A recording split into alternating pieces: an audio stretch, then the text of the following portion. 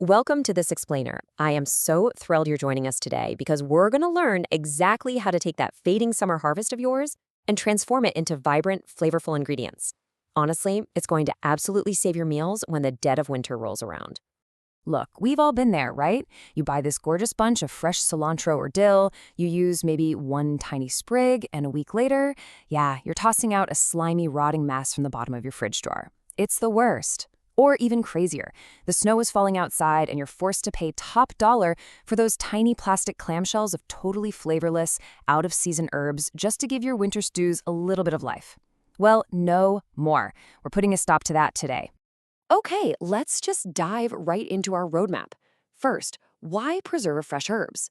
Second, selection and preparing. Third, drying and freezing methods. Fourth, infusions, butters, and salts. Fifth, storage and creative uses. And finally, starting your preservation journey. Let's get into it. Section 1. Why preserve fresh herbs? You know, taking just a few extra minutes to preserve your harvest means you actually get to keep those essential oils, those intense aromas, and the nutritional benefits alive all year round. Because herbs aren't just for flavor. Take cilantro, for example. It's absolutely teeming with vitamin K, plus vitamins A and C. When you lock in those nutrients at their absolute peak, you're literally preserving the essence of summer health, and you're stopping food waste right in its tracks. It's a total win-win. Moving on to Section 2, selection and preparing herbs. Now, here's a really fascinating piece of science for you. Timing is absolutely critical here. You really want to harvest your herbs mid-morning. Why mid-morning? Well, you have to wait for that morning dew to dry so you don't accidentally invite mold to the party. But you must get to them before the hot afternoon sun literally evaporates those flavor-giving essential oils right out of the leaves. Once you've got them harvested, just give them a gentle wash in cool water. Spin them super dry, like incredibly dry, in a salad spinner and toss out any bruised or discolored leaves. It's kind of funny how just categorizing your herbs instantly tells you exactly which preservation method is going to work best. So woody, hard herbs, think rosemary, oregano, thyme, they've got these sturdy structures. They hold up amazingly well to drying or even freezing in oil. But on the flip side, soft herbs like basil, cilantro, and mint are highly delicate. They have a super high moisture content, and honestly, they'll turn black if you just look at them wrong or handle them roughly. So for those delicate greens, you'll really want to focus on freezing them in water cubes or whipping them into a paste or pesto. All right, Section 3, drying and freezing methods. Now, drying concentrates flavor beautifully. If you live somewhere with low humidity, you can actually just hang small bundles of those sturdy herbs upside down. Pretty simple. But I'll be honest, my absolute favorite method is using a dehydrator. The real secret here, though, is keeping your temperatures very low. We're talking between 95 and 115 degrees Fahrenheit.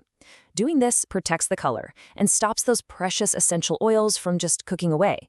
And hey, if you're in a rush, you can actually use a microwave. No kidding. Just place the leaves between paper towels and zap them on high for 1 to 2 minutes, checking in about 30-second bursts until they crumble. Freezing is where things get really fun, though. If you want individual leaves later on, you've got to flat freeze them by spreading them out on a cookie sheet first. If you don't, they'll just turn into one giant iceberg in the bag, and nobody wants that. For the soft herbs, just chop them up, drop them into ice cube trays, and top them off with water or broth. But for those hardy herbs, your rosemary, your thyme, pack those into ice cube trays and completely cover them with extra virgin olive oil. Just imagine dropping a frozen olive oil and rosemary cube directly into a hot pan as the base for a hearty winter stew. I mean, it is literally the ultimate cooking shortcut. Okay, Section 4, infusions, butters, and salts. Right, before we start making fancy infused oils, we need to pause for a very, very serious food safety warning. Combining raw, low-acid herbs or garlic with an oxygen-free environment like olive oil creates literally the absolute perfect breeding ground for Clostridium botulinum if it's just sitting at room temperature. That's the bacteria that causes botulism, which actually produces a deadly neurotoxin. Scary stuff. Commercial infused oils, they're chemically acidified to be safe, but homemade raw oil infusions can be incredibly dangerous if you just leave them sitting out on the counter. So how do we keep your kitchen safe? Well, you've basically got 3 distinct options. First, you can strictly refrigerate your fresh oil infusions and make sure you use them within a maximum of 4 days, tops. Second, you can simply use thoroughly dehydrated herbs. Since they completely lack water, bacteria just can't grow, which makes them totally safe for room temperature storage. Third, if you really want to use fresh herbs at room temperature safely, Research from the University of Idaho shows you must soak those fresh herbs in a 3% citric acid solution for 24 hours before infusing. That lowers the pH, so you're good to go. Now, if acidifying oils sounds like way too much science for a Tuesday afternoon, here is a much safer and, let's be real, incredibly delicious alternative: creating a compound herb butter.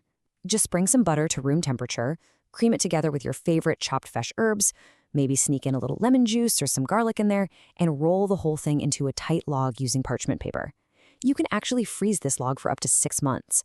Then, whenever you need it, just peel back the paper, slice off a beautiful little round, and let it melt over hot steaks, grilled corn, or roasted veggies. It's a total game changer. And that brings us to something that brilliantly illustrates the science behind flavor preservation: herbal salts. When you pulse together about 3 parts of a high-quality mineral salt to 1 part fresh leafy herbs in a food processor, science basically takes the wheel. Through the magic of osmosis, the salt naturally draws the water right out of the plant cells. As that water evaporates over a couple of days on a baking sheet, those deeply aromatic essential oils are left behind, completely trapped inside the salt crystals forever. It is such an amazing way to capture the essence of a plant, whether it's celery-flavored lovage or just some beautiful fresh basil. All right, Section 5, Storage and Creative Uses. I'd highly recommend grabbing a quick screenshot of these rapid-fire storage rules just to make sure all your hard work doesn't degrade. Remember, light, heat, and air, those are the ultimate enemies of preserved flavor. So keep your freezer at a steady 0 degrees Fahrenheit. For your dried herbs, you're going to want to ditch the clear glass and use opaque, airtight containers instead. And please, whatever you do, do not store your spice rack right above the hot stove. It's the worst place for it. Finally, always label your containers with the date and the exact herb. Trust me, frozen parsley and frozen cilantro look exactly the same 6 months from now. This right here, this is exactly what we're aiming for. By freezing soft herbs, like basil, into a thick pesto or safely preserving it in oil, you can easily recreate these vibrant, sun-drenched meals. I'm talking a fresh tomato and mozzarella caprese, even when there are literally 3 feet of snow sitting right outside your window. How great is that? Section 6. Start your preservation journey. You know what? You are fully equipped now. Whether you're air-drying delicate dill to sprinkle over some baked fish, blending up your own basil salts, or freezing compound butter to crown a big holiday roast, you've got the exact step-by-step knowledge to succeed. You know the difference between hard and soft herbs, you understand the science of keeping oil infusion safe, and you know exactly how to lock in the absolute peak nutrition of your summer garden. You've got this down. So the really crucial question here is, what will you preserve today to make those winter meals unforgettable? Is it going to be a rosemary-infused olive oil cube for your soups, or maybe a chive and lemon butter for some warm bread? The kitchen is totally yours to experiment with. Oh, and just a quick reminder as we wrap things up here, techniques and outcomes may vary depending on your specific equipment, so always make sure to follow your local extension or USDA food safety guidelines, especially when you're dealing with oils. Thank you so much for joining me on this explainer. Now go get out there and save those herbs.